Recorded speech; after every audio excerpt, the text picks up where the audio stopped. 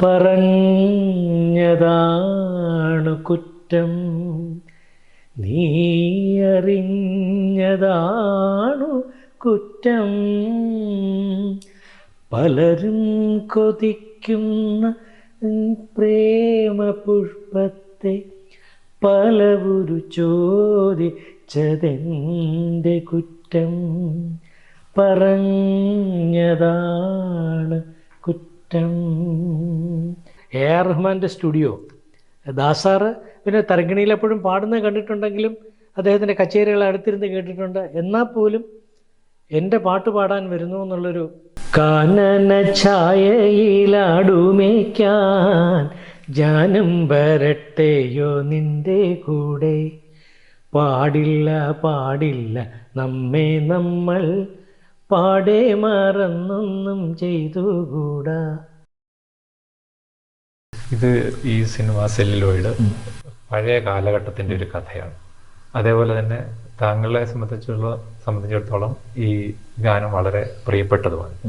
ഈ ഗാനം പാടിയതിനു ശേഷം, ഇത് പ്രസിദ്ധമായതിനു ശേഷം, പ്രത്യേക പരാമർശം ജൂറിയുടെ ഭാഗത്തു നിന്നൊക്കെ ഉണ്ടായതിനു ശേഷം താങ്കൾക്കും താങ്കളുടെ പഴയ കാലഘട്ടം തിരിച്ചു കിട്ടി എന്ന് വായിച്ചിരുന്നു. താങ്കളുടെ ഒത്തിരി സുഹൃത്തുക്കളും ഒക്കെ താങ്കളെ ബന്ധപ്പെടുകയൊക്കെ ചെയ്തു. സൗഹൃദവും സൗഹൃദത്തിലുണ്ടായിരുന്ന പല കാര്യങ്ങളും ഒക്കെ പിന്നീട് ഓർമ്മ വന്നു എന്നൊക്കെ വായിച്ചു. അതിനെ കുറിച്ചൊന്നും അതിലുപരി വേറെ ഇതിനകത്തൊരു ട്വിസ്റ്റ് എന്ന് വേണമെങ്കിൽ പറയാം ഉണ്ടായത്. ഈ സെല്ലുലോയിഡ് എന്നുള്ള ചിത്രം അത് JC ഡാനിയലിനെ കുറിച്ചുള്ള കഥയാണല്ലോ. പിന്നീട് അതിങ്ങനെ ഓർത്തപ്പോൾ അതിനകത്ത് ഈ സിനിമയായിട്ട് ബന്ധപ്പെട്ട് ചടങ്ങുകൾക്കൊക്കെ പങ്കെടുക്കുമ്പോൾ കിട്ടിയൊരു അറിവ്, ചേലങ്ങാട് ഗോപാലകൃഷ്ണൻ എന്നിട്ട് ആ സിനിമയിലൊരു ക്യാരക്ടറുണ്ട്, ശ്രീനിവാസൻ ചെയ്യുന്ന ക്യാരക്ടർ. ഈ ചേലങ്ങാട് ഗോപാലകൃഷ്ണൻ എന്ന് പറയുന്ന വ്യക്തി അച്ഛൻ്റെ ഒരു കസിൻ ബ്രദറാണ്. ഇത് ഇങ്ങനൊരു ബന്ധം എനിക്കറിയാം. കാരണം എൻ്റെ ചെറുതിലെ വീട്ടിൽ ഇദ്ദേഹം ഊണ് കഴിക്കാൻ വരുവാൻ അച്ഛൻ ഇദ്ദേഹത്തെ വിളിച്ചുകൊണ്ട് വരും. ഊണൊക്കെ കഴിഞ്ഞിട്ട് പറഞ്ഞ് കേട്ടത് ഞാൻ പിന്നീട് ഓർത്തെടുത്തത്, ഇനിയിപ്പം അടുത്ത ബസ് കിട്ടിയാൽ എനിക്ക് നാഗർകോവിലിൽ പോകണം. അപ്പം അന്ന് എനിക്കറിയില്ല നാഗർകോവിലിൽ പോകണം. ഈ നാഗർകോവിലിൽ പോകണം എന്ന് പറയുന്നത് ഇദ്ദേഹം JC ഡാനിയലിൻ്റെ വീട്ടിൽ ഇദ്ദേഹത്തിൻ്റെ കാര്യങ്ങൾ മനസ്സിലാക്കാനും ഇദ്ദേഹത്തെക്കുറിച്ച് എഴുതാനും വേണ്ടിയിട്ട്. അപ്പോൾ ചേർത്തലയിൽ നിന്ന് വന്നിട്ട് ചേലങ്ങാട് ചേർത്തലയിൽ നിന്ന് തമ്പാനൂർ ബസ് ഇറങ്ങി തൈക്കാട് തൊട്ടടുത്താണ്. ഇവിടെ വന്ന് അച്ഛനോടൊപ്പം ഇരുന്ന് ഊണുമൊക്കെ കഴിച്ചിട്ടാണ് ഇദ്ദേഹം തിരിച്ച് അങ്ങോട്ടേക്ക് ബസ് കയറുന്നത്. ഇതൊക്കെ പിന്നീട് ഞാനിങ്ങനെ വിചാരിക്കുമ്പോൾ എന്തൊരു കോയിൻസിഡൻസ് ആണ് ഇത്. ഈ JC ഡാനിയലിൻ്റെ കഥ പുറത്ത് കൊണ്ടുവന്നത് ഈ ചേലങ്ങാട് ഗോപാലകൃഷ്ണനാണ്. ഇതിൻ്റെ കൂടുതൽ വിവരം പറഞ്ഞു തന്ന അദ്ദേഹത്തിൻ്റെ മകൻ സാജു ചേലങ്ങാടാണ്. ഇതിൻ്റെ അടുത്തൊരു പടി എന്ന് പറയുന്നത് തൈക്കാട് ഞങ്ങൾ സ്കൂളിൽ തൊട്ടടുത്താണല്ലോ തൈക്കാട്. നടന്നു പോകുമ്പോൾ എൻ്റെ കൂടെ ജോൺ എന്ന് പറഞ്ഞൊരു എൻ്റെ സുഹൃത്ത്, എപ്പോഴും ഞങ്ങൾ ഒരുമിച്ച് 3-4 പേര് ഒരുമിച്ചാണ് നടന്നു പോകുന്നത്. പുള്ളി ജഗതിയിൽ നിന്ന് വന്ന് മുകളിൽ കയറി ജോയിൻ ചെയ്യും. ഞങ്ങളിങ്ങനെ ഒരുമിച്ച് നടന്നങ്ങ് പോകും. ഈ ജോൺ എന്ന് പറയുന്നത് പിന്നീടാണ് അറിഞ്ഞത് JC ഡാനിയലിൻ്റെ മൂത്ത മകൾ ലളിത എന്നാണ് പേര്. ലളിതയുടെ മകനാണ് ഈ ജോൺ. ഇതറിഞ്ഞ് ഞങ്ങൾ ഒരുമിച്ച് സ്കൂളിൽ പോകുന്നുണ്ട്. പക്ഷെ ഇത്രയും വലിയൊരു മഹാന്റെ ചെറുമകനാണെന്ന് അറിയുന്നില്ല. ഈ പടം റിലീസ് ചെയ്തിട്ട് ഒരു ചടങ്ങ് നടത്തി ഇദ്ദേഹത്തിൻ്റെ ബന്ധുക്കളെയൊക്കെ. ആ സമയത്ത് നോക്കുമ്പോൾ ജോണും എല്ലാവരും വന്നിരിക്കുന്നു. അപ്പോഴാണ് അറിഞ്ഞത്. അപ്പോൾ ഞാൻ പറഞ്ഞു, ജോണ് ഇപ്പോഴാണ് അറിഞ്ഞത് നിങ്ങൾ ഇത്രയും വലിയൊരു അതൊന്നും. അപ്പോൾ ഇത്തരത്തിൽ ഒരുപാട് തരത്തിൽ. പിന്നെ ഈ കഥയിലോട്ട് കൂടുതൽ പോകുമ്പോൾ നമ്മൾ മാനസികമായിട്ട് വല്ലാത്ത വിഷമം തോന്നിച്ചിട്ടുള്ളത്, മേട്ടുക്കടയ്ക്ക് അടുത്തെങ്ങാണ്ടായിരുന്നു ഈ റോസി എന്ന് പറഞ്ഞ നായിക താമസിച്ചിരുന്നത്. അപ്പോൾ അവിടുന്ന് ഈ ചോറ്റുപാത്രം എടുത്ത് നടന്നാണ് പട്ടം വരെ സ്റ്റുഡിയോയിൽ പോകുന്നത്. പിന്നീട് മേട്ടുക്കട എന്ന് പറയുമ്പോൾ ഞങ്ങളുടെ തൈക്കാട് കുടുംബ വീടിൻ്റെ വളരെ അടുത്താണ്, ഒരു 5 മിനിറ്റ് നടന്നാൽ മതി. അപ്പം ഞാൻ പിന്നീട് ഇതെങ്ങനെ ആലോചിക്കുമ്പോൾ ഇവിടുന്ന് ഈ റൂട്ട് വഴിയായിരിക്കും നടന്ന് ഇവർ പോയിട്ടുള്ളത്. നമ്മുടെ നായിക, ആദ്യത്തെ സിനിമ നായിക ചോറ്റുപാത്രം കൊണ്ട് ഈ മേട്ടുക്കട വഴി വിഗതകുമാരൻ. അത് കഴിഞ്ഞിട്ട് ഇവരെ ആക്രമിക്കാൻ ഇവരെ അടിച്ചോടിച്ചത് കിള്ളിപ്പാലം ഭാഗത്ത് വെച്ച്. അപ്പോൾ ഈ സ്ഥലങ്ങളൊക്കെ കാണുമ്പോൾ പിന്നെ ഞാൻ ഈ സിനിമയുടെ പുറകെ ആയിരുന്നു, ഈ കഥകളും. അപ്പോൾ അങ്ങനെ വല്ലാത്തൊരു വൈകാരികമായിട്ടൊരു ഇത് കൂടെ തന്നു ഈ ചിത്രം. അടുത്തിടെ മറ്റൊരു പഴയ ഗാനം യൂട്യൂബിൽ കണ്ടിരുന്നു. കാനന ഛായയിലാട് മേയ്ക്കാം. ആ ഗാനത്തിന്റെ ഒരു 2 വരി പാടാമോ? കാനന ഛായയിലാടുമേയ്ക്കാൻ ജാനം വരട്ടെയോ നിന്റെ കൂടെ, പാടില്ല പാടില്ല നമ്മെ നമ്മൾ പാടെ മറന്നൊന്നും ചെയ്തുകൂടാ. ഇത് ഓൾഡ് ഈസ് ഗോൾഡ് പരിപാടിക്ക് ഉള്ള സ്ഥിരം പാട്ടായിരുന്നു. ഉദയഭാൻ ചേട്ടനും പീലിയിലെ ചേച്ചിയും ആണ് ഒരുമിച്ച് പാടിക്കൊണ്ടിരുന്നത്. ഇപ്പോൾ ഇത് അടുത്തിടെ യൂട്യൂബ് ചാനലിൽ വന്നത് ലീലാമ്മ മാത്യു അല്ലെങ്കിൽ ലീല ജോസഫ് അവരുടെ യൂട്യൂബ് ചാനലിൽ കൂടെയാണ്. ഈ ലീല ജോസഫും ഞാനും ആകാശവാണിയിൽ UPSC സെയിം ബാച്ചിൽ സെലക്ഷൻ കിട്ടി വന്നവരാണ്. ഞങ്ങൾ ഓഫീസിലും ഇതുപോലെ അത്തരത്തിലുള്ള പ്രോഗ്രാംസിൽ ഒരുപാട് ഞങ്ങൾ ഒരുമിച്ച് പാടിയിട്ടുമുണ്ട്. ഈ ഓൾഡ് ഈസ് ഗോൾഡിലും ഇടയ്ക്കൊക്കെ വന്ന് പാടുമായിരുന്നു ലീല. അപ്പോൾ വളരെ നാളുകൾക്ക് ശേഷമാണ് ഇപ്പോൾ ഈ ഒരു പാട്ടിന് വേണ്ടി എന്നെ സമീപിക്കുക. അങ്ങനെ ഞങ്ങൾ 2 പേരും കൂടെ ഈ പാട്ട് അവതരിപ്പിച്ചു. അത് ഒരുപാട് പേര് വളരെ ഭംഗിയായിട്ടുണ്ട് എന്ന് വിളിച്ച് പറയുകയും ചെയ്തു. ഒരു ഗായകനായ താങ്കൾ ചെറുപ്പകാലത്തും അച്ഛൻ്റെ സംഗീതമൊക്കെ കേട്ട് വളർന്നതാണ്. അപ്പോൾ ചെറുപ്പകാലത്ത് നമ്മളെല്ലാവരും ഏതെങ്കിലുമൊക്കെ സിനിമാ ഗാനങ്ങളും മൂളിപ്പാടും. അങ്ങനെ മനസ്സിൽ പെട്ടെന്ന് വരുന്ന ഏതെങ്കിലും ഒരു പാട്ടുണ്ടെങ്കിൽ ഒന്ന്. കുട്ടിക്കാലത്ത് എന്ന് പറയുമ്പം സ്കൂൾ കാലഘട്ടത്തിൽ എനിക്ക് തോന്നുന്നു എൻ്റെ ഓർമ്മയിലെ ആദ്യത്തെ സിനിമാ ഗാനം പാടിയത് അത് ഈ പണ്ടത്തെ ക്ലാസ്സുകൾ എനിക്ക് തോന്നുന്നു 4ാം ക്ലാസ്സോ 5ാം ക്ലാസ്സോ ആണെന്ന് തോന്നുന്നു. ഒരു ക്ലാസ്സിൽ ഒരു പീരീഡിൽ ഒരു സാർ ഇല്ലെങ്കിൽ അടുത്ത ക്ലാസ്സിലെ ഒറ്റ സാർ വന്ന് നമ്മൾ എന്തെങ്കിലും എൻഗേജ് ചെയ്യിപ്പിച്ചിട്ട് പോകും. അപ്പോൾ അങ്ങനെ ഞങ്ങളുടെ ക്ലാസ്സിൽ സാറില്ലായിരുന്നു. അപ്പോൾ അടുത്ത ക്ലാസ്സിൽ നിന്ന് സാറ് വന്നു. സാറ് മേശപ്പുറത്ത് ചൂരിലുകൊണ്ട് 2 അടിയൊക്കെ അടിക്കും, സൈലൻസ് എന്നൊക്കെ പറഞ്ഞിട്ട്. അപ്പോൾ എന്തെങ്കിലുമൊക്കെ പിള്ളേരെ കൊണ്ട് പറയിപ്പിക്കും, അല്ല ബോർഡിൽ എന്തെങ്കിലും എഴുതിയിടും. അപ്പോൾ അതൊക്കെ കഴിഞ്ഞിട്ട് പറഞ്ഞു, ശ്രീറാമേ ഒന്ന് വാടാ എന്ന് വിളിച്ചു. അപ്പോൾ ചെന്നു, പാടറാ എന്ന് പറഞ്ഞു. അന്നൊക്കെ എങ്ങനെയാണ്, ഇപ്പോൾ എടാ പോടാന്ന് വിളിച്ചാൽ തീർന്നു. അന്ന് അടിയും തരും. അതാ ഞാൻ പറഞ്ഞത്. അപ്പോൾ ഞങ്ങൾ പാട്ടാ എന്ത് പാടൂല്ലേ നീ? ഞങ്ങൾ പാടാം. പെട്ടെന്ന് പാടാ, അവൻ്റെ ചൂരിലുണ്ട് ഒരു അടിയും തന്നു. ഇന്നൊക്കെ ആണെങ്കിൽ തീർന്നു, ആ സാറ് ജീവിച്ചിരിക്കുമെന്ന് തന്നെ സംശയമാണ്. അന്ന് അങ്ങനെയായിരുന്നു. അപ്പോൾ ഞാൻ പെട്ടെന്ന് അപ്പോൾ ഓർത്ത് പാടിയ പാട്ട്, പൊൽത്തിങ്കൽ കല പൊട്ടുതൊട്ട് ഹിമവൽച്ചയിലാഗ്രശൃംഗത്തിൽ വെൺകൊറ്റപ്പൂങ്കുട പോൽ വിടർന്ന വിമലാകാശാന്തരംഗങ്ങളിൽ എന്ന് പറഞ്ഞിട്ട് ഈ പാട്ട് പാടി. അന്ന് എനിക്ക് തോന്നുന്നു കുമാരസംഭവം ഇറങ്ങിയ സമയം. അത് റേഡിയോയിലൊക്കെ കേട്ട് കുറച്ച് ഓർമ്മ വെച്ച് പാടിയതാണ്. അപ്പോൾ എല്ലാവരും അപ്പോൾ സാർ കൊള്ളാമോ സാർ? കുഴപ്പമില്ല നീ പാടി. അപ്പോൾ ഞാൻ തിരിച്ച് സാർ യേശുദാസിനെ പോലെ പാടിയോ സാർ എന്ന് ചോദിച്ചു. പോയി ഇരിയടാ. അതെൻ്റെ മനസ്സിൽ ഇപ്പോഴും ഓർമ്മയുണ്ട്. ഞാനിപ്പോൾ ആലോചിക്കുന്നത് എനിക്ക് അന്ന് ഈ യേശുദാസ് എന്നുള്ള പേര് ഓർമ്മയുണ്ട്. ഈ പാട്ട് എങ്ങനെ പഠിച്ചു എന്ന് ചോദിച്ചാൽ എനിക്കറിയില്ല. റേഡിയോ കേട്ട് പഠിക്കാൻ വഴിയുള്ളൂ. പിന്നെ സിനിമ കണ്ടിട്ടുണ്ട്. സിനിമ അന്ന് പോയിരുന്ന സിനിമ കണ്ടതൊക്കെ ഓർമ്മയുണ്ട്, കുമാരസംഭവം. അപ്പോൾ അങ്ങനത്തെ ഒരുപാട് സ്കൂളിൽ നിന്ന് ഒരുപാട് പ്രോത്സാഹനം കിട്ടിയിട്ടുണ്ട്. അത്തരം മലയാളികൾക്കെന്നും അഭിമാനിക്കാവുന്നതും നമുക്ക് എല്ലാവർക്കും വളരെ പ്രിയപ്പെട്ട ആളുമാണ്, ഗായകനുമാണ് ശ്രീ യേശുദാസ്. ദാസേട്ടനെ കുറിച്ച് ഇപ്പോൾ എന്തോ പറയാനായിട്ട്? യേശുദാസ് ഞാൻ ദാസ് സാറെന്നാണ് വിളിച്ചുകൊണ്ടിരുന്നത്. അതിനൊരു കാരണം തരകിണീശ്വരിയിൽ ഞാൻ പഠിച്ചിരുന്നു. അദ്ദേഹത്തിൻ്റെ സ്കൂളാണല്ലോ, അപ്പോൾ ജോലിയും ചെയ്തിരുന്നു. അതുകൊണ്ട് ദാസ് എല്ലാവരും വിളിക്കുന്നതായിട്ട് ദാസ് സാർ. ഈ അടുത്തിടെ ഞാൻ ഇതുപോലെ ദാസ് സാറെന്ന് വിളിച്ചപ്പം വേണ്ട ദാസേട്ടൻ മതി എന്ന് പറഞ്ഞു. അദ്ദേഹം ശരിക്കും പറഞ്ഞാൽ ആദ്യകാലത്ത് പിന്നെ എനിക്ക് തോന്നുന്നു 71-72 കാലഘട്ടത്തിലൊക്കെ ഞങ്ങളുടെ വീട്ടിൽ വന്നിട്ടുണ്ട്. അത് ഓർക്കുമ്പോൾ അതിശയം തോന്നും. ചെറിയ അന്ന് പഴയ വീട് ചെറിയ ഇടവഴിയാണ്, ഒരു സൈക്കിളൊക്കെ പോകാനുള്ളൊരു ഇടവഴി. അച്ഛൻ ആദ്യകാലത്ത് അച്ഛൻ വരുമ്പോൾ വാങ്ങിച്ച വീടാണ് അത്, തെക്കാട്. അദ്ദേഹം അതുവഴി വൈകുന്നേരം എത്തുമെന്ന് പറഞ്ഞു. അപ്പോഴേക്കും ചുറ്റുവട്ടത്ത് എല്ലാവരും റെഡിയായിട്ട് നിൽക്കുക കാണാൻ. എത്തിയില്ല, രാത്രി ആയിപ്പോയി. പക്ഷേ രാത്രിയാണെങ്കിലും അദ്ദേഹം വന്നു. അപ്പോഴത്തേക്ക് ഞാനൊന്ന് ഉറങ്ങിപ്പോയി.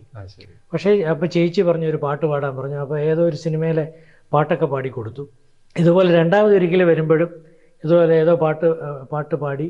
അന്ന് അച്ചാണിയിലെ പാട്ടാണ് പാടിയത്, എൻ്റെ സ്വപ്നത്തിൻ. അത് കഴിഞ്ഞിട്ട് പറഞ്ഞു, അയ്യോ മോളെ ഇപ്പോഴാണ് ഓർമ്മിച്ചത്, ഇതിൻ്റെ പൈസ വാങ്ങിച്ചില്ല ഞാൻ അങ്ങോട്ട് പറഞ്ഞു. അപ്പോൾ അന്ന് മുതലേ അച്ഛനുമായിട്ടൊക്കെ അടുപ്പമുണ്ടെങ്കിലും ഞാൻ ഒരിക്കലും ഈ പറഞ്ഞില്ലേ ഈ ഒരു പരിചയം സ്വാതന്ത്ര്യം ഇന്ന് വരെ ഉപയോഗിച്ചിട്ടില്ല. അദ്ദേഹത്തിൻ്റെ സ്കൂളിൽ തന്നെ പഠിപ്പിക്കാൻ വിളിക്കുമ്പോഴും അദ്ദേഹം വല്ലപ്പോഴുമൊക്കെ വരാറുള്ളൂ ചടങ്ങുകൾക്കൊക്കെ. അപ്പോഴും ഞാനിങ്ങനെ ഒന്ന് അകന്ന് നിന്നേ ഞാൻ എപ്പോഴും പെരുമാറിയിട്ടുള്ളൂ. അപ്പോൾ അതുപോലെയാണ് എനിക്കൊരു അവസരം പിന്നീടുണ്ടായത്. ഇവിടെ ഈ നഗരത്തിൽ എന്ന ചിത്രം പത്മേന്ദ്ര പ്രസാദ് സംവിധാനം ചെയ്ത് അദ്ദേഹം തന്നെ രചന നിർവഹിച്ച ഒരു കവിത. അപ്പോൾ ഇത് മുമ്പ് ഞാനിത് ചെയ്തിട്ടുണ്ടായിരുന്നു. പ്രസാദ് എൻ്റെ സുഹൃത്തായിരുന്നു. അപ്പോൾ ഈ പാട്ട് ദാസാറിനെ കൊണ്ട് പാടിച്ചാലോ? ഞാൻ പറഞ്ഞു പിന്നെന്താ, അദ്ദേഹം പാടുമെങ്കിൽ സന്തോഷം. അപ്പോൾ ഈ 2016 ആ സമയത്ത് എങ്ങാണ്ടാണ്, 2015-16 സമയത്ത് അദ്ദേഹത്തിന് പാട്ട് അയച്ചു കൊടുക്കുന്നു. അദ്ദേഹം പാടാമെന്ന് സമ്മതിച്ചു.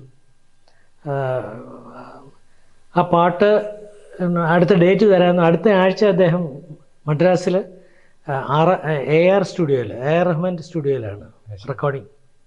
അപ്പോൾ ഇതൊക്കെ നമ്മൾ അങ്ങോട്ട് ചെന്ന് കഴിയുമ്പോൾ AR റഹ്മാൻ്റെ സ്റ്റുഡിയോ, ദാസാറ് പിന്നെ തരങ്കിണിയിൽ പാടുന്നത് കണ്ടിട്ടുണ്ടെങ്കിലും അദ്ദേഹത്തിൻ്റെ കച്ചേരികൾ അടുത്തിരുന്ന് കേട്ടിട്ടുണ്ട്. എന്നാൽ പോലും എൻ്റെ പാട്ട് പാടാൻ വരുന്നു എന്നുള്ളൊരു വല്ലാത്തൊരു. അപ്പം ഞങ്ങൾ ഈ നമ്മുടെ വിവരക്കേടെന്ന് വേണം പറയാൻ. അദ്ദേഹം എൻ്റെ ഈ പാട്ട് ഞാൻ കമ്പോസ് ചെയ്തത് D എന്നുള്ള ഉയർന്ന പിച്ചിലാണ്. അപ്പോൾ ചിലപ്പോൾ ഇനി ഇത്രയും പ്രായം ആയതുകൊണ്ട് പിച്ചിന് ബുദ്ധിമുട്ടുണ്ടാവുമോ എന്ന് വിചാരിച്ചിട്ട് ഞങ്ങൾ C എന്നുള്ള കുറഞ്ഞ പിച്ചും D എന്നുള്ള കൂടിയ പിച്ചിലും 2 തരത്തിലാണ് ഞങ്ങൾ റെക്കോർഡ് ചെയ്ത് പാട്ട് കേൾപ്പിക്കാൻ കൊണ്ടുപോകുന്നത്. സ്ക്രിപ്റ്റ് പല ഫോണ്ടിലും വലിയതായിട്ട് എഴുതി ചെറുതായിട്ട് എഴുതി ഇങ്ങനെ എല്ലാം റെഡിയാക്കി വെച്ച് അപ്പോൾ ഇത് കൊടുത്തു. ഇതൊന്ന് സ്ക്രിപ്റ്റൊന്നും വേണ്ട, ഞാൻ കേട്ടെഴുതിക്കാം. അദ്ദേഹം പാട്ട് കേട്ട് എഴുതിയിട്ടാണ് പാടുന്നത്. അപ്പോൾ അപ്പം പിച്ച് എന്താ നിങ്ങൾക്ക് ഞാൻ സംശയമല്ല, ഡിക്ക് ഞാൻ പാടും എന്ന് പറഞ്ഞു. അപ്പം ആലോചിച്ച് നോക്കണം, അദ്ദേഹത്തിൻ്റെ ആ റേഞ്ച് കൊടുത്തു. അല്ല ഇതിൽ ആരാ പാടിയിരിക്കുന്നത്? അപ്പം ഞാൻ പറഞ്ഞു ഞാനാണ്. അപ്പം ഇത് മുമ്പ് അയച്ചു കൊടുത്തതുണ്ടല്ലോ കേട്ടിരുന്നു. അപ്പോൾ അത് കുഴപ്പമില്ല, ഞാൻ അത് കേട്ട് പാടിക്കോളാം എന്ന് പറഞ്ഞു. സമാധാനം. അത് നമ്മൾ ഇരുന്ന് പറഞ്ഞു കൊടുക്കണ്ട. അപ്പം നമുക്ക് ഈ പല പല അനുഭവങ്ങളുണ്ട്. തരങ്കിണിയിലെ സ്റ്റുഡിയോയിലൊക്കെ ഇദ്ദേഹത്തിൻ്റെ മൂഡെന്ന് പറയുന്നത് ഏതൊരു ആർട്ടിസ്റ്റിനും അതാണല്ലോ. ചിലപ്പം ചിലർ വളരെ മോശമായിട്ടല്ല ആളാവാനായിട്ട്. കാരണം ഞാൻ മ്യൂസിക് ഡയറക്ടർ, ഞാൻ ഇതാ പാടിക്കാൻ പോണു, ആരാ പാടുന്നത് എന്നുള്ളൊരു അഹംഭാവം ചിലർക്കുണ്ടാവും. അതിനൊക്കെ ശരിക്കും തിരിച്ച് കിട്ടിയിട്ടുണ്ട്. അപ്പം ഞാനിരുന്നു കൺസോളിലിരിക്കുക. ഞാൻ ഇരുന്നില്ല, ഞാനിങ്ങനെ നിൽക്കുക, ഇരിക്കുക എന്ന് പറഞ്ഞു. അദ്ദേഹം പാട്ട് ആദ്യത്തെ വരി കേട്ടു, പാടാം എന്ന് പറഞ്ഞു. എന്തെങ്കിലും തെറ്റൊക്കെ ഉണ്ടെങ്കിൽ പറയണം കേട്ടോ. അനക്കമില്ല ഇപ്പുറത്ത്. കേൾക്കുന്നുണ്ടോ? ഞാൻ പറഞ്ഞു ഉണ്ട്. പാടി 2-3 പേര് പാടി. അപ്പോൾ ഇടയ്ക്ക് ഒരെണ്ണം, കാരണം അപ്പം കേട്ട് പാടുന്നതല്ലേ, വേറൊരു തരത്തിലാണ് പാടുന്നത്. അത് പാടി കഴിഞ്ഞിട്ട് എന്നെ ഇങ്ങനെ നോക്കി. അപ്പം ഞാനിങ്ങനെ വെറുതെ ഇരിക്കുക. ഞാൻ ഒന്നുകൂടെ പാടാം കേട്ടോ മോനെ, മനസ്സിലായി. എന്നിട്ട് അത് അവിടെ ഇല്ല ഇത് ശരിയായില്ല, ഞാൻ ഒന്നുകൂടെ പാടാം. പുള്ളി 3-4 പ്രാവശ്യം അത് പാടി. അത്രയും പെർഫെക്ഷനോട് കൂടി അദ്ദേഹം പാടിയിട്ട് എൻ്റെ സ്വരം എന്താ എന്ന് ചോദിച്ചു പെട്ടെന്ന് എൻ്റെ അടുത്ത്. ഞാൻ പെട്ടെന്ന് അത് സ്വരം അങ്ങ് പറഞ്ഞു. പറയാൻ പറ്റിയത് ഭാഗ്യം. അപ്പോൾ അദ്ദേഹം പറഞ്ഞു ഇതാണ് ആ സ്വരം, എവിടുന്ന് തുടങ്ങണു എവിടെ അവസാനിക്കണു. ഇത് വലിയൊരു ഇപ്പം മഗരി നീസ അത് സ്വരം. മഗരി നീസ മാ എവിടുന്ന് ആ നോട്ട് പോകുന്നു, താഴത്തെ ഒരു നോട്ടുണ്ട് മാ. അപ്പം അത് മനസ്സിലാക്കി പാട്ട് ചെയ്തില്ലെങ്കിൽ ആകെ കുഴപ്പമാകും എന്നൊക്കെ ഒരുപാട് കാര്യങ്ങൾ കൂടെ അതുവഴി പറഞ്ഞു തരികയാണ് അദ്ദേഹം. ഒന്ന് നോക്കയോടെ ചുമ്മാ ചെയ്തു വെച്ചതാണോ പരീക്ഷിക്കാനായിരിക്കും. അവിടെ നിന്ന് ഞാൻ മിണ്ടുന്നില്ല. അപ്പോൾ അദ്ദേഹം തന്നെ അത് മനസ്സിലാക്കി ഈസി ആയിട്ട്. പക്ഷെ നല്ല മൂഡിലായിരുന്നു അദ്ദേഹം. പാടി അദ്ദേഹം തിരിച്ചു വന്ന ഒരു 2 മണിക്കൂറോളം മ്യൂസിക്കിനെ കുറിച്ചും ഒരുപാട് കാര്യങ്ങളൊക്കെ സംസാരിച്ച് പോകുന്നതിന് മുമ്പ് പറഞ്ഞു റെക്കോർഡിസ്റ്റിൻ്റെ മോനെ അതിൻ്റെ ഒരു CD റഫ് ഒന്ന് എനിക്കൊന്ന് കോപ്പി എടുത്ത് തരണേ, വീട്ടിലെ പ്രഭയെ കൊണ്ട് കേൾപ്പിക്കാനാണ്. ദൈവം അത് തന്നെ വലിയൊരു പിന്നെ തീർച്ചയായിട്ടും ഇഷ്ടപ്പെട്ടു. അത് ഇഷ്ടപ്പെട്ടു എന്ന് പറഞ്ഞാൽ ഭയങ്കര സന്തോഷം. അച്ഛനെ കാര്യം. പക്ഷെ ഇതൊന്നും അവിടെ സംസാര വിഷയത്തിൽ ഞാനൊരു ഏതോ ഒരു മ്യൂസിക് ഡയറക്ടർ എന്നുള്ള വേഷം കെട്ടി വന്ന് നിൽക്കണമെന്നുള്ള തരത്തിലാണ് ഞാനങ്ങനെ പെരുമാറിയിട്ടുള്ളൂ. പക്ഷേ അദ്ദേഹത്തിന് അത് ഇഷ്ടപ്പെട്ടു എന്നറിയാൻ കഴിഞ്ഞു. പ്രഭചേച്ചിക്ക് ഒരുപാട് ഇഷ്ടപ്പെട്ടു എന്ന് പറഞ്ഞു. ആരടുത്തൊക്കെയോ പറഞ്ഞിട്ടുണ്ട് എന്ന് പറഞ്ഞു ഇങ്ങനൊരു പാട്ടുണ്ട്. അത് യൂട്യൂബിൽ ഇപ്പോൾ എനിക്ക് തോന്നുന്നു 1.5 കോടിയോ 2 കോടിയൊക്കെ അടുപ്പിച്ചായി വ്യൂവർഷിപ്പ്. പക്ഷേ ഒരൊറ്റ ചാനലുകാരും ആ പാട്ട് ഇടുന്നില്ല, റേഡിയോ ചാനലുകാർ, FM-കാർ. അത് പറയുന്നത് ഇത്തിരി സോബറായിട്ടുള്ള സോങ്ങാണ്, ഇത്തിരി ലെങ്തിയാണ്, അതിലുപരി കുറച്ചൊരു ദുഃഖച്ചായ്വുള്ള പാട്ടാണ്. അപ്പോൾ ഈ RJs ഒക്കെ ഇങ്ങനെ പറഞ്ഞ് കത്തിക്കയറി വരുന്നതിനിടയിൽ ഈ പാട്ട് വരുമ്പോൾ ഷോ ഡൗൺ ആയി പോകുമോ എന്ന് സംശയമുള്ളതുകൊണ്ട് ഈ പാട്ട് പക്ഷേ ആകാശവാണിയിൽ കൊടുക്കുന്നുണ്ട്. അപ്പോൾ അത് കാരണം അങ്ങനെ ചെറിയൊരു, പക്ഷെ ഒരുപാട് പേര് കേട്ടിട്ട് വലിയ നല്ല അഭിപ്രായങ്ങളാണ് പറയുന്നത്. പറഞ്ഞതാണു കുറ്റം, നീ അറിഞ്ഞതാണു കുറ്റം, പലരും കൊതിക്കുന്ന പ്രേമ പുഷ്പത്തെ പലവുരു ചോദിച്ചതെൻ്റെ കുറ്റം, പറഞ്ഞതാണ് കുറ്റം. ഇങ്ങനെ പോകും. കേട്ടിരുന്നു പാട്ട്. ഇങ്ങനെ 2 രാഗങ്ങളിലാണ് ചെയ്തത്. അടുത്ത കാലത്ത് 2016 ഒത്തിരി പഴക്കമില്ല. ഇല്ല. അപ്പോൾ അത് വലിയൊരു അനുഗ്രഹമാണ്. നന്നായിട്ട് പാടിയിട്ടുണ്ട് ഈ പാട്ട്. അത് തന്നെ ചിത്രയും പാടി സോളോ ആയിട്ട്. അപ്പം അങ്ങനെ വലിയൊരു ഭാഗ്യം ഈ 2 പേരെ കൊണ്ട് പാടിക്കാൻ കഴിഞ്ഞു. അങ്ങനെ ഒരു മ്യൂസിക് ഡയറക്ടർ എന്നുള്ളൊരു ചുമ്മാ എങ്കിലും ഒരു പേര് ഉണ്ടാക്കി തന്നു 2 പേര്. പറഞ്ഞതാണു കുറ്റം, നീ അറിഞ്ഞതാണു കുറ്റം, പലരും കൊതിക്കുന്ന പ്രേമ പുഷ്പത്തെ പലവുരു ചോദിച്ചതെൻ്റെ കുറ്റം,